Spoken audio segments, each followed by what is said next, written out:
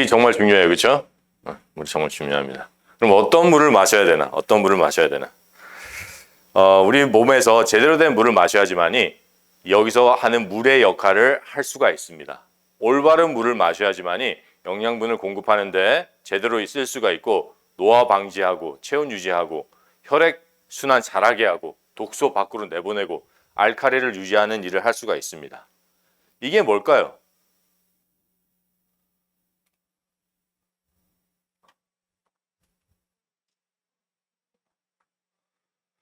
이게 증류수 안에서 증류를 하고 난 찌꺼기입니다.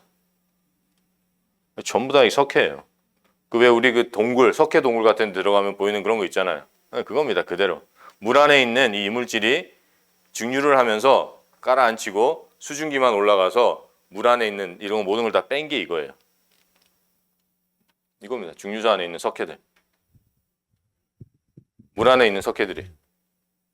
저희 집에서는 증류수기를 쓴 지가 꽤 됐는데 청소할 때마다 막 되게 좀 뭐라 할까 힘들어요. 석회가 많이 껴가지고. 그리고 구연산을 써가지고 나중에 이걸 다 벗겨내야 됩니다. 벗겨내야 돼요. 근데 이거 한번 보면은 보통 물 먹기 참 힘들어요. 저는 증류수를 거의 한 10년 넘게 먹어오고 있는데 이게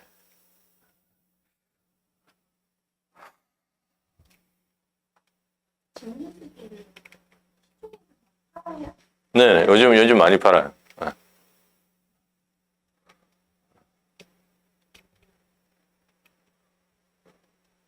똑같은 거예요, 그렇죠?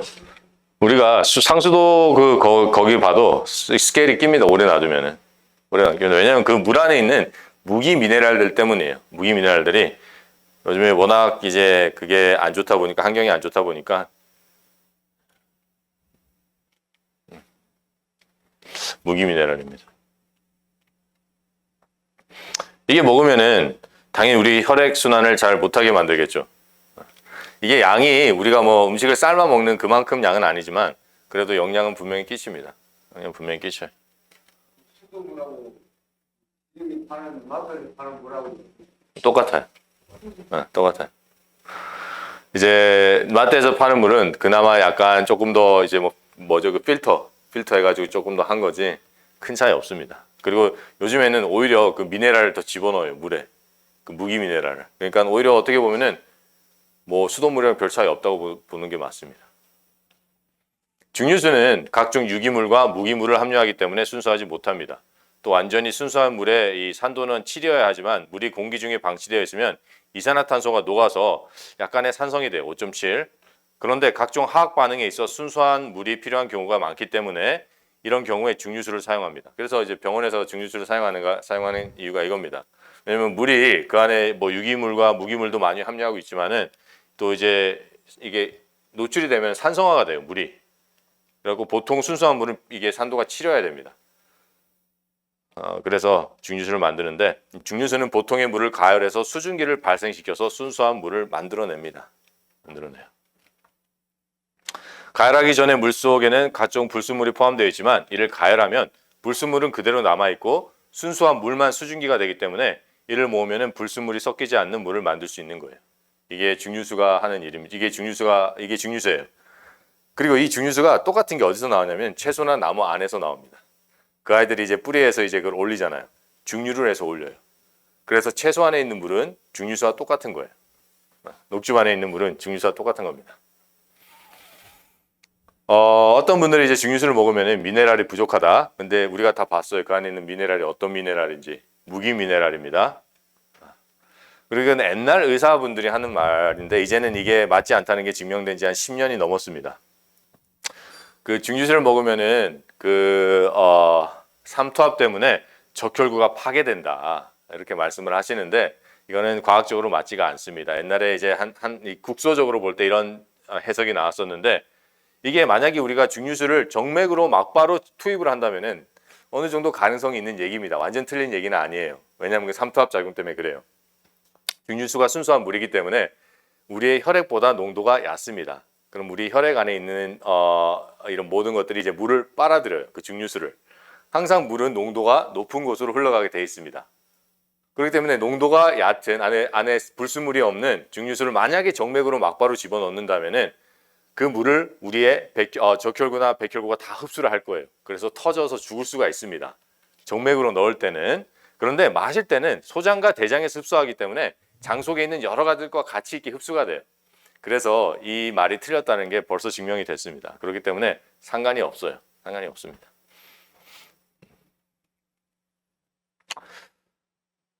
요즘에 이제 젊은 사람들이 많이 먹는 게 이제 코코넛 물인데 이게 수분 공급에도 도움이 되고 높은 칼륨도 있고 신장 결석 예방을 하는 좋은 효과가 있습니다. 근데 이런 것들은 사 드시면 안 돼요. 이런 것들은 안에 전부 다 방부제 그리고 또 뭘 했을까요? 유통을 하기 위해서 가열했어요.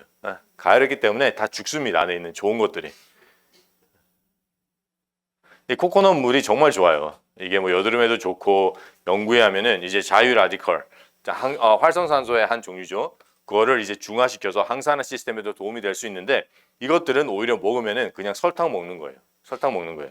그렇기 때문에 드시려면은 정말 코코넛 열매에서 그대로 먹는 것, 그렇죠?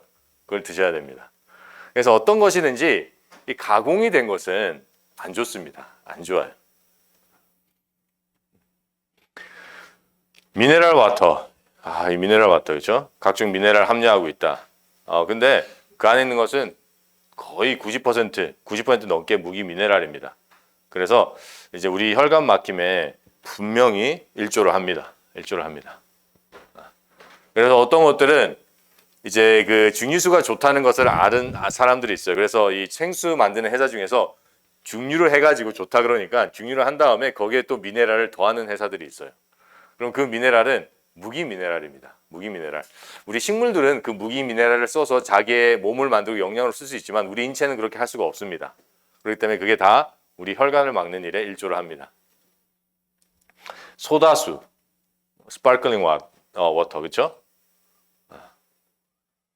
이 소다수는 우선 우리 몸에서 칼슘을 다 뽑아냅니다. 다 뽑아내요. 다 뽑아내는데 우리가 이제 만약에 야채를 막 삶아 먹고 소다수를 마시면은 야채를 삶아 먹으면 그 안에 있는 것들이 산화칼슘이 됩니다. 그렇죠? 그런데 우리가 이 소다수를 먹으면은 어떻게 될까요? 석회석이 됩니다. 이게 이쪽으로 가면은 이쪽으로도 갈 수 있다는 소리거든요. 그래서 소다수 이거 드시면 안 됩니다. 소다수 드시면 안 돼요. 물 중에서 가장 나쁜 물이 소다수예요. 그 광천수 맞아요. 그 똑같은 거예요. 가장 나빠요. 그 안에 미네랄도 있고 우리 혈관도 막고 칼슘도 빼냅니다. 똑같아요. 탄산수. 탄산이 거기 안에 이산화탄소거든요. 드시면 안 돼요.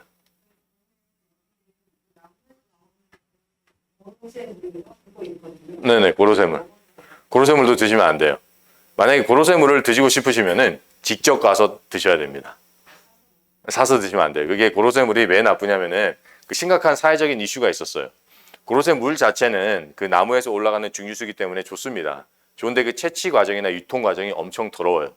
그 채취를 할 때 그 타지상 그 뽑아내는 그 관 있잖아요.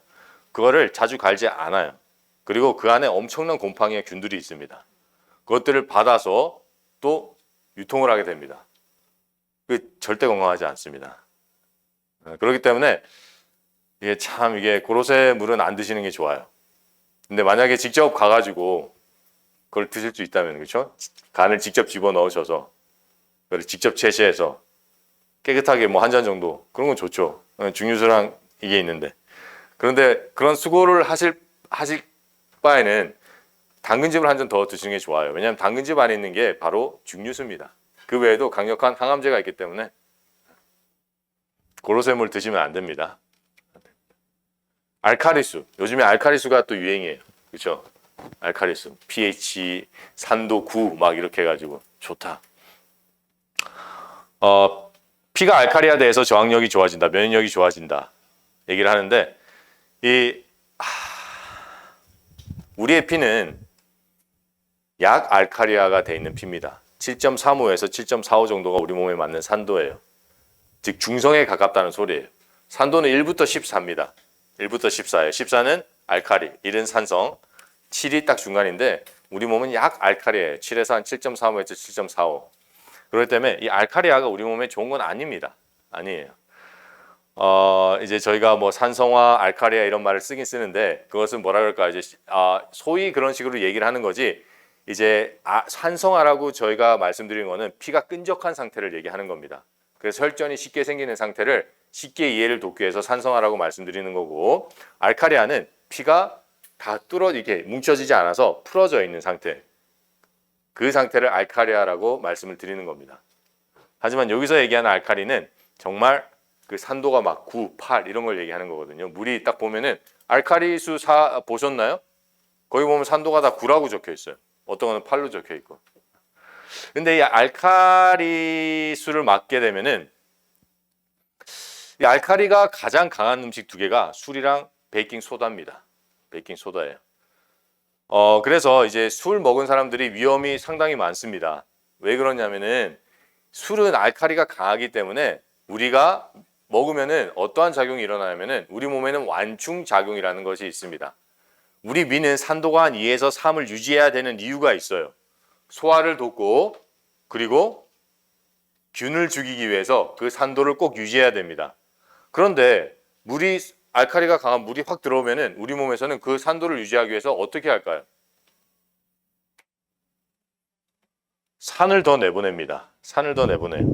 우리의 몸은 항상 이 항상성이라는 게 있어서 위는 이 정도를 유지해야 되고 이걸 유지하기 위해서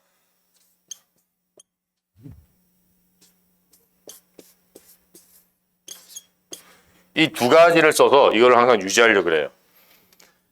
이게 산이고 이게 알카리입니다. 이게 알카리인데 알카리가 갑자기 확 들어와 버리면은 우리 몸에서는 위에서는 안 돼요. 그래서 산을 더 내보냅니다. 이걸 유지하려고 산을 더 내보내면은 어떻게 할까요? 빈속에 술 마시는 사람들이 나중에 정말 많이 마시면은 안주 안 먹습니다. 술 잘 먹는 사람들은. 그렇죠? 빈속에 계속 술 먹고 있고 안에서는 산 계속 내보내고 그래서 위험에 걸리는 거예요. 위험에 걸리는 겁니다. 알카리수도 똑같아요. 알카리수 오래 드신 분들 보세요. 다 위험 있습니다. 다 위험 있어요. 이것 때문에 그렇습니다. 완충작용. 그래서 우리가 만약에 위험이 있으면은 오렌지 주스를 먹으라고 하는 이유가 약산성이 들어가면은 우리 몸에서는 이게 산도가 더 떨어지면 안 되잖아요. 유지해야 되는데. 그래서 알카리를 내보냅니다. 그래서 오렌지 주스를 먹으면은 속도 그렇게 안 쓰리고 레몬 주스는 속이 쓰려요. 근데 레몬 주스를 만약에 마시면은 훨씬 더 많이 이거를 내보내겠죠. 그런데 그 속이 너무 쓰르기 때문에 그렇게 하시지 마시고 오렌지 주스만 마시셔도 이렇게 된다는 겁니다. 그래서 위험이 치료가 돼요. 오렌지 주스 계속 마시면. 그래서 우리 몸에 가장 올바른 물은 증류수입니다. 증류수예요. 다른 물은 우리 몸의 건강에 그렇게 좋지 못하게 합니다. 좋지 못하게 해요.